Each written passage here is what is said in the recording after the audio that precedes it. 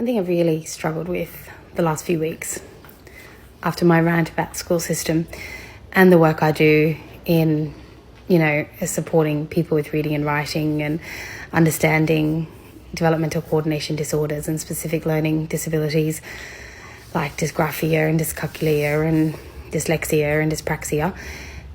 But what really has got me the last week is little people who actually don't have a learning disorder, but they are crippled by something like rejection-sensitive dysphoria and pathological demand avoidance, and their experience of the school system is making them feel like they do have a learning disorder because they're struggling with things like reading, writing, literacy, numeracy. But when I assess them, I don't see any breaks in their skills with reading or writing. There's no obvious signs of dysgraphia. There's no obvious signs of dyslexia. They're not jumbling letters or words. After half an hour of working with them in a safe environment with fun and silliness, they start to increase their capacity tenfold.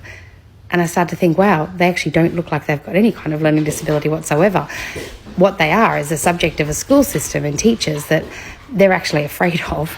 And I don't mean these teachers are necessarily hurting them, but these children are overwhelmed by their need to meet expectations, to meet demands, to avoid experiences of rejection. And it's in such a heightened manner with these little people's brains that they're becoming broken by the school system at a really early age. Like I'm talking 5 and 6 years of age. Some of these little people are presenting like they have a learning disorder when they don't.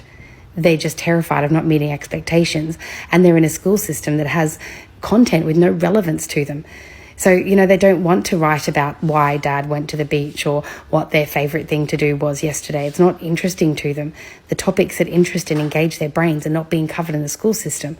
Then they go and do an intelligence assessment like a WISC and that intelligence or cognitive assessment is done about boring content as well. So then they look like they've got an intellectual impairment. You do the same test about Pokemon or about something that engages that little person's brain and they're going to have phenomenal results. But a lot of those intelligence assessments, the child zones out in. They don't want to participate. And so the cognitive assessment produces a result that they are below cognitive levels of what their peers would be.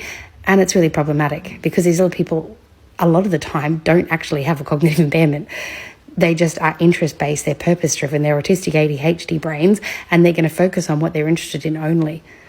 And our school system is breaking these little people.